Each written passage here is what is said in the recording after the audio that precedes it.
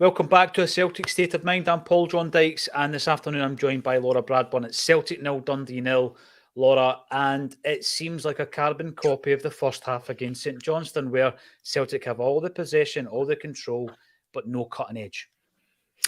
Yeah, the positives of it are we've looked dangerous down both sides with Maeda and Yang. Callum McGregor's had some success putting balls in over the top of a Dundee defence that look vulnerable to that.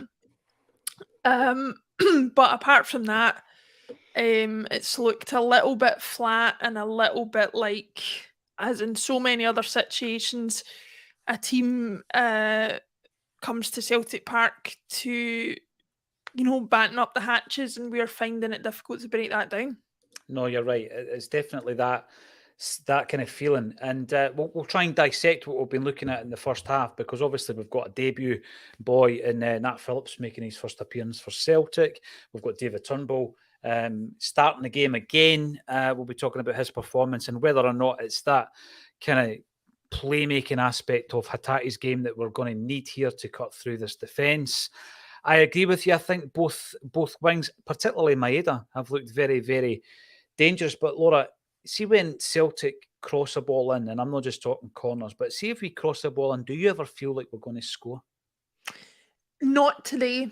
I feel like I don't want to be critical of him. I don't know if it's because of the shoulder injury happening when it did, but Kyogo, who's usually running in at that front post when the crosses come in to do his wee flick on into the net, seems to be a little bit caught on his heels today. And I'm not exactly sure of the reason why, but I'm seeing all these low crosses going in especially, and just feeling like there's not going to be anybody on the end of it when it gets into the box. And really, we should be doing more to create. I mean, Nat Phillips has got the freedom of 90% of the pitch to roam forward and do what he wants with the ball. So if he's got the time and inclination to do that, then the rest of the team should feel it's that easy as well. It's a frustrating one because Dundee are posing as little to no problems whatsoever, and it's all got to rely on our creativity and our ability to create chances that are actually going to result in goals, and we're just not doing that today. I find it ironic that Maeda had one of the best first touches and finishes I think I've seen him have, and then ended up offside. But I mean, it was the way he took it was unbelievable, and an indication of what's there when it goes the way it should for him. But I do think he's an instinct player. You mentioned it before the game, Laura. Give him no time to think and he'll do the right thing. It's often on the wing. If he collects the ball and takes on his man, he's flying. If he cuts inside and has to think about it, that's where often he'll lose possession. But there's so many elements to his game that are great for the team. That finish, you've got to give credit to Scales for the pass as well, because I'm going to be speaking about Scales and his performance, because he was one of the biggest talking points at the beginning of the game. It would have been a great assist, but alas, he was a fraction offside. Laura, it must have just been a fraction. It was a very tight one. There was a worrying moment in that first half, 2 minutes, whereby Kyogo's actually had to leave the field, presumably to get his shoulder popped back in. Now, if that's happened, if anyone's ever suffered that with their knees, that's me, because I'm old and it happens, or the shoulders. Even though obviously you get the motion back, there's a stiffness, there's a bit of pain, there's a dull pain. And I think that for the rest of the game, you could maybe see that in Kyogo a wee bit, that there wasn't the freedom of movement that you would expect. And that's a massive worry, Laura, not just for today's game, but for Tuesday night as well. To be honest, I think it's a bit of a nonsense that you would send a player back on after popping his shoulder back in. Like, that's where I start to question. I brought it up on the podcast a few weeks ago when people were saying that we had a bad run of luck as far as injuries were concerned. Decisions and situations like that make you wonder if it is luck or if it's poor decision making that's caused it to happen, because I know every single player out there would say, I want to play on. But ultimately, you've got club doctors and physios and people there who's their professional responsibility of to make a decision on behalf of somebody who might not be in the right place mentally to make that decision. They wouldn't take somebody's word for it that they were okay to play on after a suspected concussion, because they would suggest that they're not right mentally to do it. So I don't see why this is any different, especially if he's going to be, just looking at it from a footballing perspective, if he's going to become a bit of a passenger for the rest of the game, then the advantage you think you have of having Kyogo in the park because he's Kyogo is lost.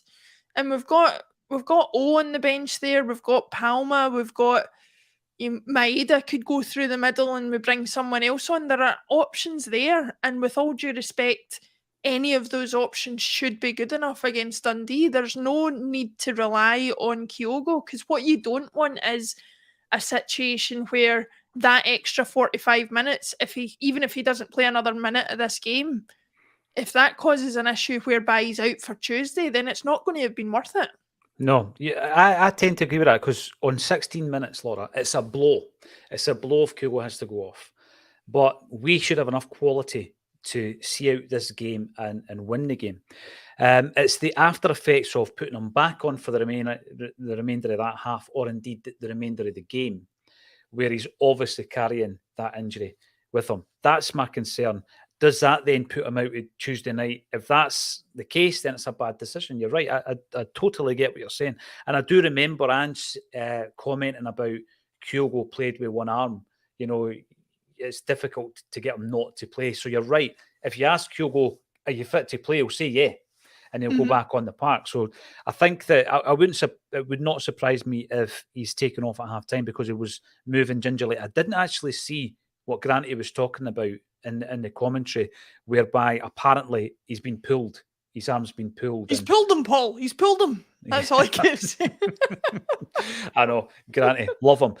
So that was a massive concern in the first half. The lack of cutting edge was a huge concern as well. I actually do think that Hatate brings that to the game. I don't think Turnbull's had a particularly involved match in the first half. There's been a couple of occasions where I've thought to myself he's maybe made the wrong choice himself.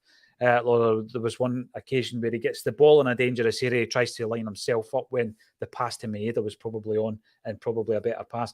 Ewan Boy Martin, Turnbull gives us very little, says Ewan. 3 or 4 passes is miles off it, especially when you have Hatate on the bench. When I'm thinking about the team, and I had picked Hatate in my predicted 11, I can see why Turnbull's playing, because he's a creative player. If you bring on Home, you're expecting Home to break down attacks. You're expecting him to win the ball back. I wouldn't have expected him to be that effective against Dundee today. But when you look at Turnbull and his attributes, you think it's as an offensive player, as a creative player, but it's not really happened in the first half. So, yeah, again, if you're going to be making a tactical change rather than a change through injury, I can see Turnbull's name being on the top of your list. We've got Claire Brogan coming in. I'm worried with the lack of goals. Absolutely. Richard Coleman brings it up. 225 minutes of football and 1 goal. We talk about cutting edge. What is cutting edge? Well, often it's Yang taking on a player and taking him out of the game, Laura. It could be someone like Hatate playing a defence splitting pass that catches Dundee out and they're on the back foot. But sometimes, again, I think it's you've seen occasions in that first half. The attacks start with Scales and Phillips, and both of them are getting the freedom to run with the ball. They carry the ball 30, 40 yards, Ayer-esque. But what you're then looking for is sometimes that ball over the top that Scales played to Maeda, that's the cutting edge, or a ball into the pockets behind the defenders when they're maybe expecting you to play a safer pass. We've not had enough of that in the first half, have we? No, I think ironically, like you say, a lot of the most dangerous moves have been started by our centre-backs, and although that is a legitimate way to play the game, don't get me wrong, when we've got the attacking talent that we've got and the midfield talent that we've got, we should be looking to rely on those guys further up the park to create that spark for us. I think it's a frustrating watch, because you're watching us against a team that are absolutely nowhere near the kind of quality who could be causing us any problems. They're not even looking like they'll catch us on the break. I think both Scales and Phillips are not under any pressure whatsoever as far as that's concerned, and seem to be able to cover a lot of ground. So it's frustrating to sit and watch a team who should be nowhere near us managing to stop us. But I mean, I guess that's their mode. If they come away from a point today, that's almost a bonus for them. So they will play for that. It's up to us to try and find a way to break it down, which we haven't managed to do so far. I would personally like to see more from both O'Reilly and Turnbull in terms of penetrating passes and penetrating runs. I think O'Reilly's been slightly better than Turnbull at it, but neither of them have been very good. Callum McGregor's playing that kind of deep lying quarterback role almost, that he's making passes from deep, and he's proven very effective. But I think those two, if they come out for the second half, both O'Reilly and Turnbull need to contribute a little bit more in the final third, because both of them, for me, have done very little to contribute to the overall play going forward. I think that's a fair point. If I'm going to be mentioning Turnbull's performance, you've got to speak about O'Reilly. He's been given a lot of plaudits this season, Laura, and yeah, he did hit the post, and it's a part of his game. Against St Johnstone, he scores one of his chances, we win the game. This wasn't as clear cut as that. He kind of crafted his chance himself.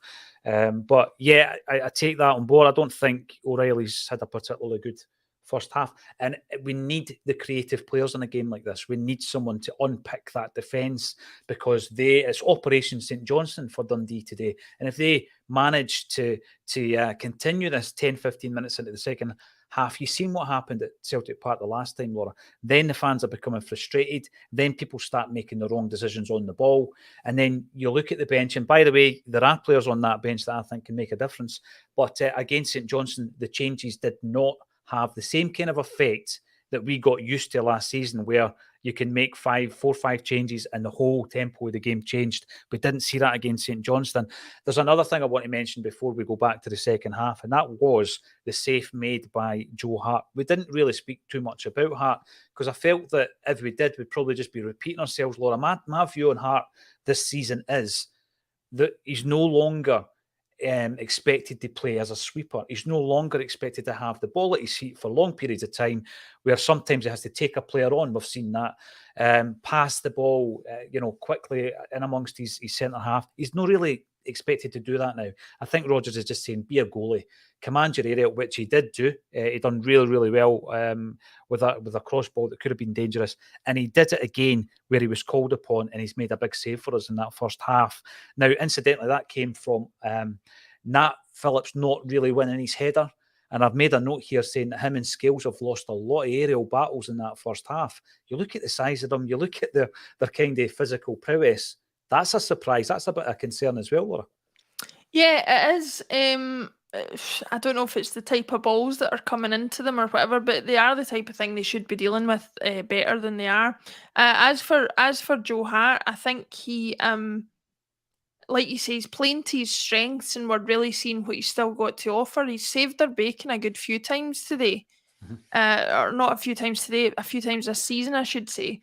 At least one really big save today, and the St Johnstone result could have been a lot worse if it weren't for him as well. So, yeah, I think, while I'm a bit concerned that Rodgers would compromise on the way he wants to play, I understand why he's done it, because at the end of the day, Hart's probably the best goalie we've got, and so until he gets a chance to replace him, he's got to play to his strengths in that sense. So, yeah, I think it's made Joe Hart less of a concern this season than he was for all of us going into the start of the season, and it actually turned him back into a bit of a strength for us, because I think we could have been looking at some pretty different results without his saves so far this season.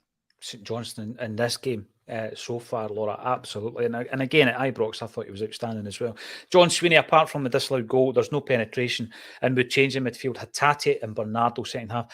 The only reason I would have mentioned Bernardo, I've not seen enough of him, but yeah, I take your point. You need to bring on some players who are going to be creative and cut through this Dundee backline. Claire Brogan, you're back in. I wonder if Hatate was playing we could be a couple up by now, but I understand he's only back from injury. That word injury, let's stop saying it, because I think we're giving them a curse. Kyogo got injured in that first half, and it's unthinkable that he would have a spell on the sidelines at the moment. Johnny Ryan, St Johnstone game all over again. Yeah, deja vu, Johnny, and Celtic follow our final balls awful. They have been in the first half. Let's hope that the second half improves. Let's get back to the action. I've got to thank every one of you for getting involved. 1,000 strong in the live stream. And we will be back at full time. Hopefully we're back, Laura, to talk about a victory. Things open up in that second half and we start to create clear-cut chances. All that's left for me to say once again, Laura Bradburn, thank you for joining me on a Celtic State